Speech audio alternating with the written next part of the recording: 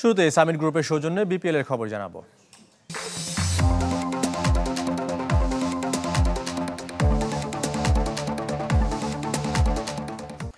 বিপিএলে দল নেওয়ার পরিকল্পনা ছিল না দুর্বার রাজশাহীর মালিকানাধীন ভ্যালেন্টাইন গ্রুপের। ক্রিকেট বোর্ডের কারণেই নিতে বাধ্য হয়েছেন বলে চ্যানেল 24-কে জানিয়েছেন ব্যবস্থাপনা পরিচালক শফিক রহমান।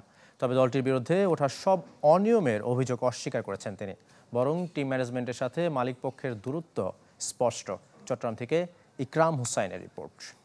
সার্কামস্টেন্সিয়ালি আমাকে এটা টেক ওভার করতে হয়েছে, না হলে আমি প্রিপারেশন না নিয়ে আসতাম না। Yes, I am unprepared. আমি আপনাদের কাছে সবার কাছেই ক্ষমা চাই আসলে যে আমি ম্যানেজমেন্ট আমার উইক, আমি এখনো এটা শিখে উঠতে পারিনি। রীতিমতো ছেলে খেলা, যেন পাড়ার ক্রিকেটের মতো জোর করে দল চাপিয়ে দেয়া।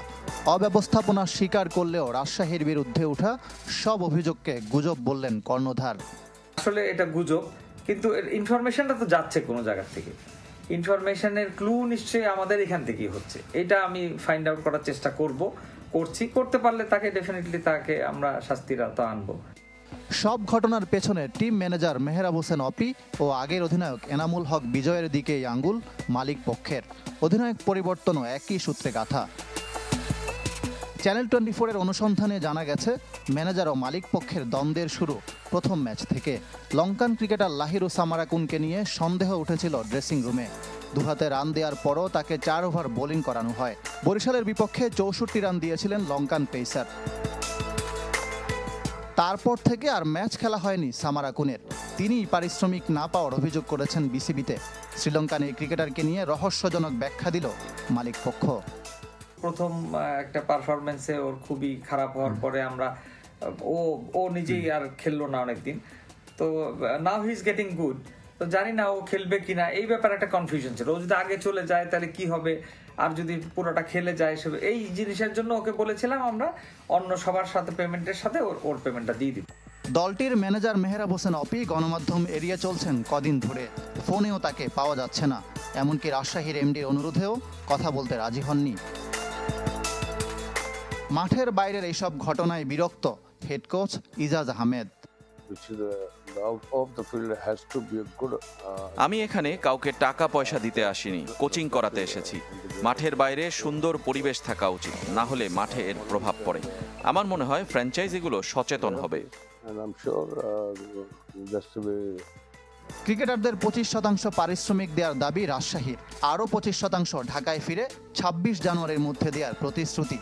Before we are entering to Dhaka's ground আমরা ওদের 50% ক্লিয়ার করে ফেলব। Ikram Hussain, channel 24, Chittagong. We are proud partner of defending champion Fortune Borisha. Legends, local heroes, foreign stars, all are glittering, powering a connected Bangladesh. প্রথম বিভাগ লিগ না গড়ানোর অসহায় ক্রিকেটাররা গঠনতন্ত্র সংশোধন ইস্যুতে জিম্মি বোর্ড আর ক্লাবগুলোর মাঝে ক্ষতিগ্রস্ত হচ্ছে আর্থিকভাবে। সমস্যা সমাধানের আশায় বিসিবি সভাপতির সাথে দেখা করেছেন। গঠনতন্ত্র সংশোধন ইস্যুতে ক্রিকেট বোর্ড আর ক্লাবগুলোর মাঝে জিম্মি ক্রিকেটাররা। অনির্দিষ্টকালের জন্য বন্ধ প্রথম বিভাগ ক্রিকেট লিগ। বয়কট করেছে ঢাকার ক্লাবগুলো, যা শুরুর কথা ছিল 20 জানুয়ারি। নাজমুল আবেদিন ফাহিমের নেতৃত্বাধীন গঠনতন্ত্র সংশোধন কমিটির খসড়ায় ক্লাব ক্যাটাগরিতে পরিচালকের সংখ্যা ব্যাপক হারে কমানোয় এমন বিপত্তির শুরু। এমন পরিস্থিতিতে আর্থিকভাবে ক্ষতিগ্রস্ত ক্রিকেটাররা। তাদের ক্যাম্প ছেড়ে দিতে বলেছে ক্লাবগুলো। প্রত্যেকটা ক্লাবই কিন্তু আমাদেরকে যার যার বাড়িতে চলে যাওয়ার জন্য বলছে। তো সেই ক্ষেত্রে কিন্তু আমরা এখন বাড়িতে চলে যাব, আমরা কি খেলতে পারবো কিনা, আমরা কি আবার মাঠে ফিরতে পারবো কিনা, আমরা প্রত্যেকটা প্লেয়ারে কিন্তু অনিশ্চিতের মধ্যেই আছি। আমাদের খেলোয়াড়দেরকে ওনারা বলল যে লিগ পিছানো হয়েছে, তো তোমরা সবাই চলে যাও। এমন কোনো ক্লাবই নাই যে ফুল পেমেন্ট আগে করে দেয় তারপর খেলে। তো অনেকের 80%, 20%, মানে 20%ই দিছে বেশিরভাগ প্লেয়ারে, 10%, 20%। নিজেদের অবস্থা জানাতে বৃহস্পতিবার হোম অফ ক্রিকেটে একত্রিত হয়েছে ক্রিকেটাররা। বোর্ড সভাপতির কাছে তুলে ধরেছে লিগ শুরুর দাবি। আমরা 7-8 মাস প্র্যাকটিস করি এই 1-2 মাস খেলার জন্য, আর এইটা দিয়ে আমাদের রুটি রুজি, এটা দিয়ে আমরা সারা বছর চলি। উনি আমাদেরকে কমিটমেন্ট করছে যে প্রিন্স কোনো মিস হবে না ঢাকা লিগের। আশা করি তোমাদের এই লিগ মাঠে গড়াবে, অবশ্যই গড়াবে। তোমরা জাস্ট আমাকে 2টা দিন সময় দাও। সভাপতির আশ্বাসে আশায় দিন গুনছে ক্রিকেটাররা। শনিবারের বোর্ড সভার আলোচনায় বড় জায়গা নেবে এই ইস্যু। তবে আদতে কবে আলোর মুখ দেখবে প্রথম বিভাগ ক্রিকেট লিগ, সে প্রশ্নের উত্তর অজানা। আরিফুল ইসলাম, চ্যানেল 24, ঢাকা। এবার ফুটবলের খবর। বাংলাদেশ প্রিমিয়ার লিগ কাল শুরু হচ্ছে প্রথম লেগের শেষ রাউন্ড। এদিন মাঠে গড়াবে 3 ম্যাচ। মোহামেডান নবম জয়ের সন্ধানে খেলবে ফকিরেরপুলের সাথে। কুমিল্লায় হবে ম্যাচটি। ওয়ান্ডারার্স গাজীপুর আতিথ্য দেবে বসুন্ধরা কিংসকে। আর পুলিশ এফসির মাঠ ময়মনসিংহে যাবে রহমতগঞ্জ মুসলিম ফ্রেন্ডস সোসাইটি। 3টি ম্যাচই শুরু হবে দুপুর 2:45টায়। একমাত্র অপরাজিত দল হিসেবে প্রথম লেগ শেষ করার প্রত্যয় সাদা কালোদের। ইতোমধ্যে নিশ্চিত প্রথম লেগে শীর্ষস্থানে থাকা। দীর্ঘদিন পর বসুন্ধরার আধিপত্য ভেঙে যা করেছে কোনো ক্লাব। বসুন্ধরা নিজেরা আছে 4 নম্বরে। মোহামেডানের সাথে ব্যবধান 10 পয়েন্টের।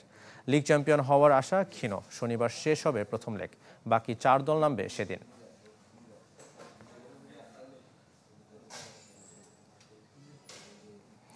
হামজা চৌধুরীর আগমনে জাতীয় দলে নিজের অবস্থান ও অধিনায়কত্ব নিয়ে শঙ্কিত নন জামাল ভুঁইয়া।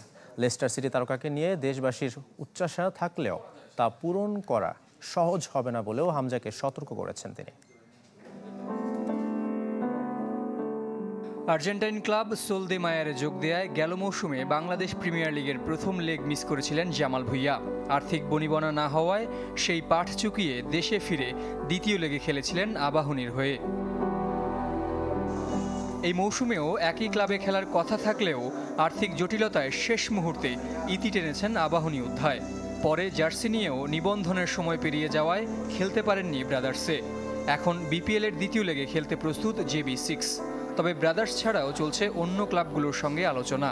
ব্রাদার্স আমাকে অনার দিচ্ছে না, সো অফকোর্স যদি ওরা আমাকে একটা কন্ট্রাক্ট দিলে তাহলে অফকোর্স আমি ব্রাদার্সের সাথে সাইন করব। অলরেডি যোগাযোগ করছি, সো নেক্সট উইক এটা কনফার্ম করব।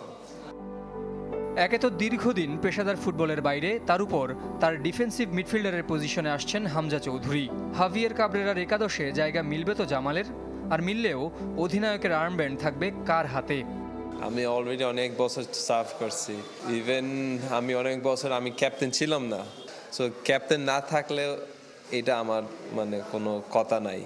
আমি টিমের সাথে থাকবো, এটা আমার সবচেয়ে বড় কথা। লাস্ট 2 বছর আমি তো একবারও ডিফেন্স মিডফিল্ডে খেলছি না, অন্য প্লেয়ার খেলছে। জামালের হাত ধরেই বাংলাদেশ দলে খুলেছিল প্রবাসী ফুটবলারদের দুয়ার।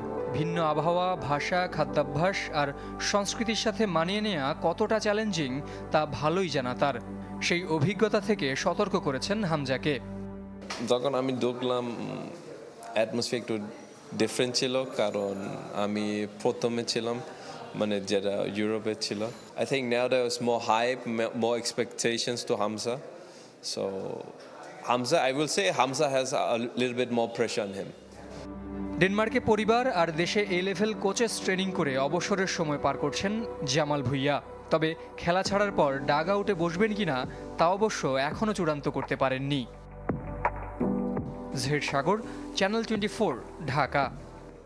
এদিকে ইউরোপা লিগে আজ মাঠে নামছে ম্যানচেস্টার ইউনাইটেড, টটেনহ্যামের মতো ক্লাবগুলো। রাত 2টায় রেড ডেভিলদের প্রতিপক্ষ রেঞ্জার্স। তবে এর আগে স্পারদের আতিথ্য দেবে হফেনহেইম। একই সময় মাঠে নামবে FC পোর্তো ও অলিম্পিয়াকোস। এছাড়াও আছে AZ আলকমার ও AS রোমার লড়াই। শেষ করবে কুলে স্পোর্টস 24। ধন্যবাদ সঙ্গে থাকার জন্য।